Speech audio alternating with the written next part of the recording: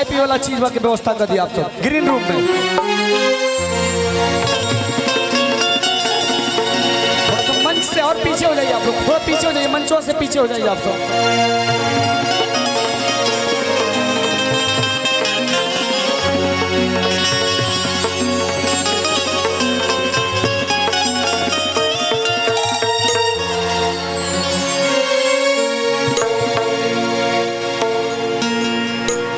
चंदा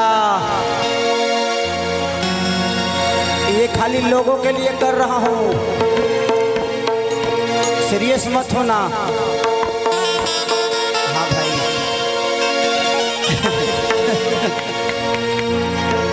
अच्छा बात है, तनी देखा ही बा एक बढ़ा दे बता।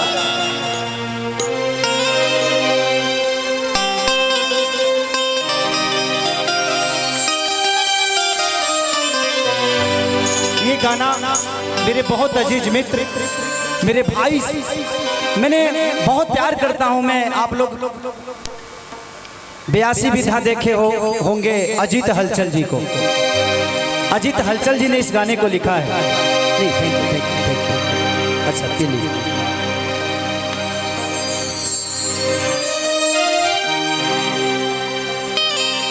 इस 4 सालों में कितना कुछ खोया, कितना कुछ पाया पता नहीं, बट आप जैसी महिला को कौन खोना चाहता है। तू तो जिंदगी में यही लो समस्या के हाल बन के,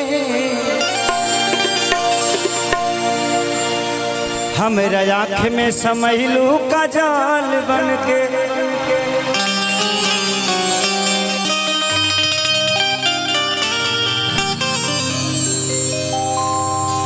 किए काजल तोहर तो हे खेसरिया के दिल में आना जाना भइल, तोहके पाता नहीं खे पूरा बलिया दीवाना भइल।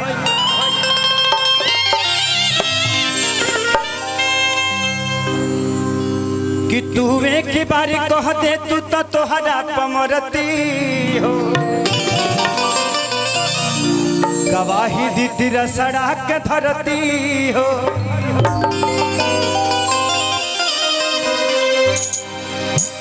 कि हम तो बहुत पछतैली हो,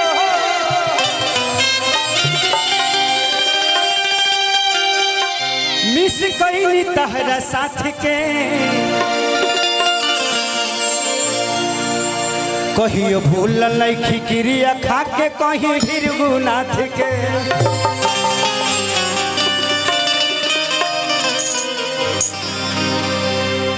खेसरिया खुद में एगो राइटर है कि जहाँ जइबू त जा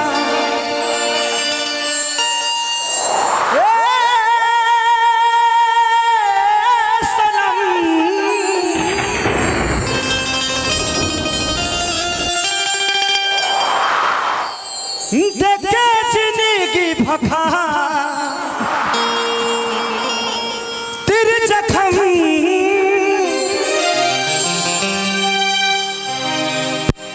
कि जनी सोचा हमारा बारे में।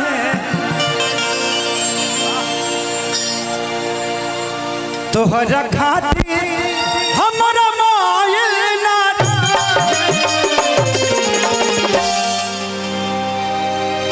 प्यार काल्हे परसो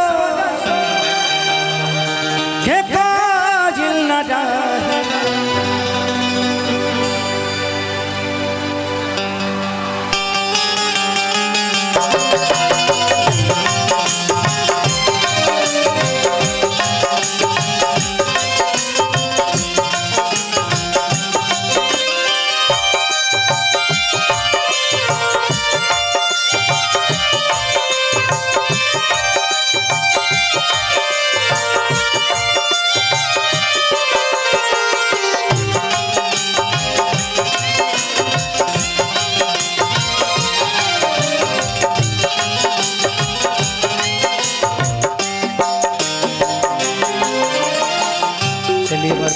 भानु भैया की तरफ से बहुत पुरस्कार।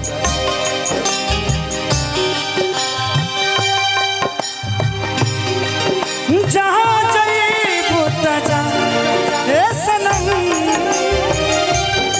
तेके जिंदगी भभा तेरे जखम जनी सोचा हमारा बार तोहरा खातिर हमारा मायल काल्हे बरसो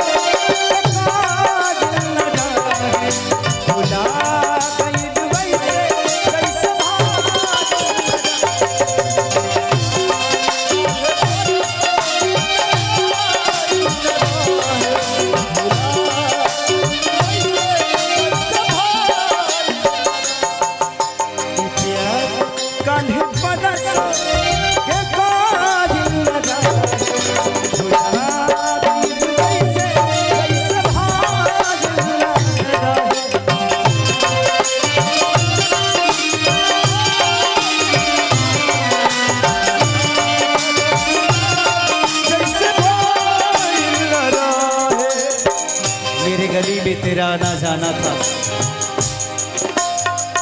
मेरे गली में तेरा आना जाना था। एक तू ही दीवानी नहीं मैं भी तेरा दीवाना था। जिंदगी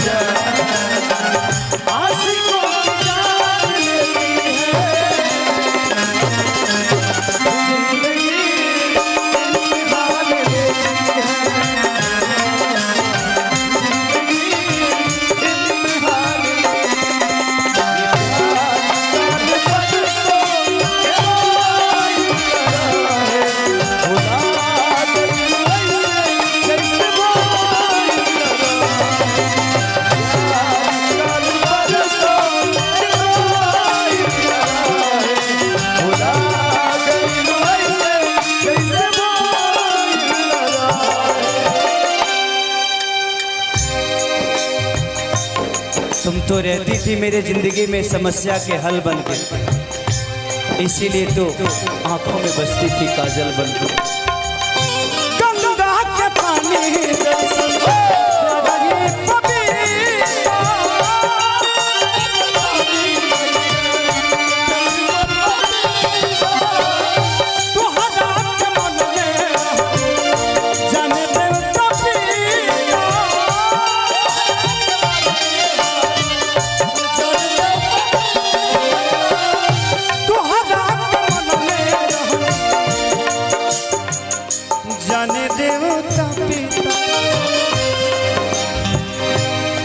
तुझसे पगले केहू दिल में हमारा, तुझसे पगले केहू दिल में हमारा। सुना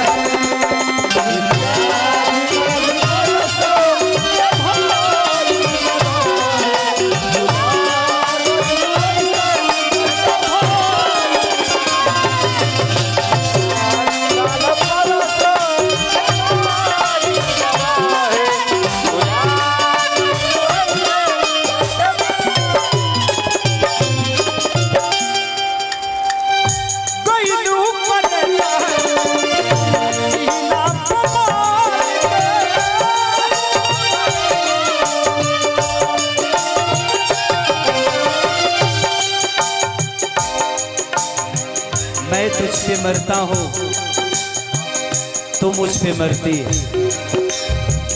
मैं तुझ पे मरता हूँ, तू मुझ पे मरती है। इसे मैं नहीं, ये पूरी बलिया की धरती है।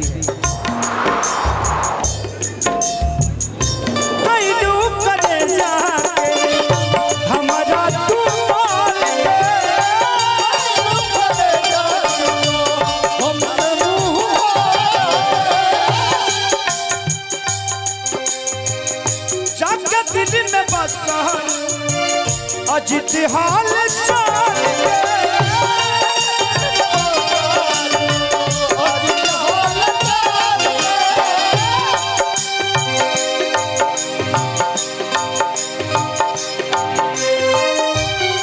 कतन कोगी केसरिया पागा,